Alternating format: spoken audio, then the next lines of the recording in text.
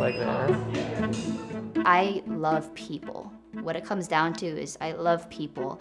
So for me, when I do interviews, it's normally just, very intimate with the camera. I'm on screen with my person that I'm interviewing, and we just go. We just free flow for a half an hour. I may edit it, but I honestly love all the intricacies, all the mannerisms. We were making a documentary about a couple I find truly fascinating who met before COVID and got engaged in COVID.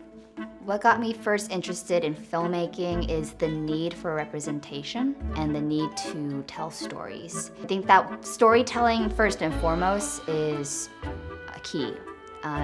It didn't really matter what camera you had, what gear you had.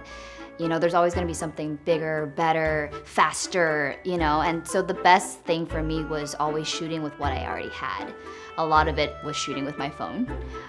I wanted to do a story about, regardless of all the crazy stuff happening in the world, two people can find love, can communicate, and perhaps even get engaged.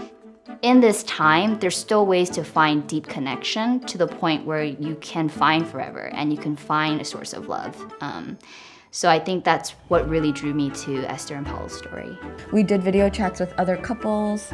We played games online with other couples. We had a dance party for a friend's birthday through Zoom. Again, storytelling is like we're coming from our perspective, but they're coming from their perspective.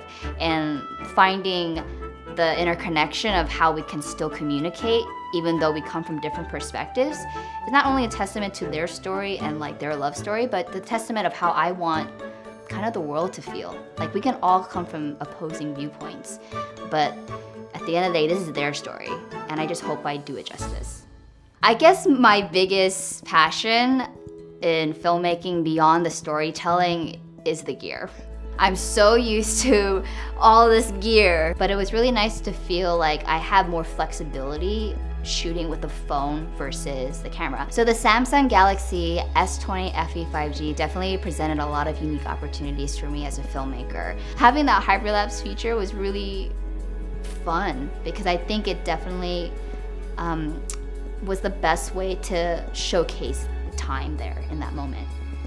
It was really nice that I could just be one with Esther and Paulo the entire time. So I know that we did like a rooftop scene in night mode, and I didn't want to sacrifice, that intimate moment. It's ideal, especially in the night mode of hyperlapse, to get things that are moving in the background, light streaks, because it's like motion blur. It allowed me to really conceptually play with the essence of time passing by so fast. Definitely different from using bigger cameras or mirrorless or DSLR, just because of the freedom that I had to just go into tiny spaces, or being able to just get the same quality on a phone. Okay, I see you, Samsung.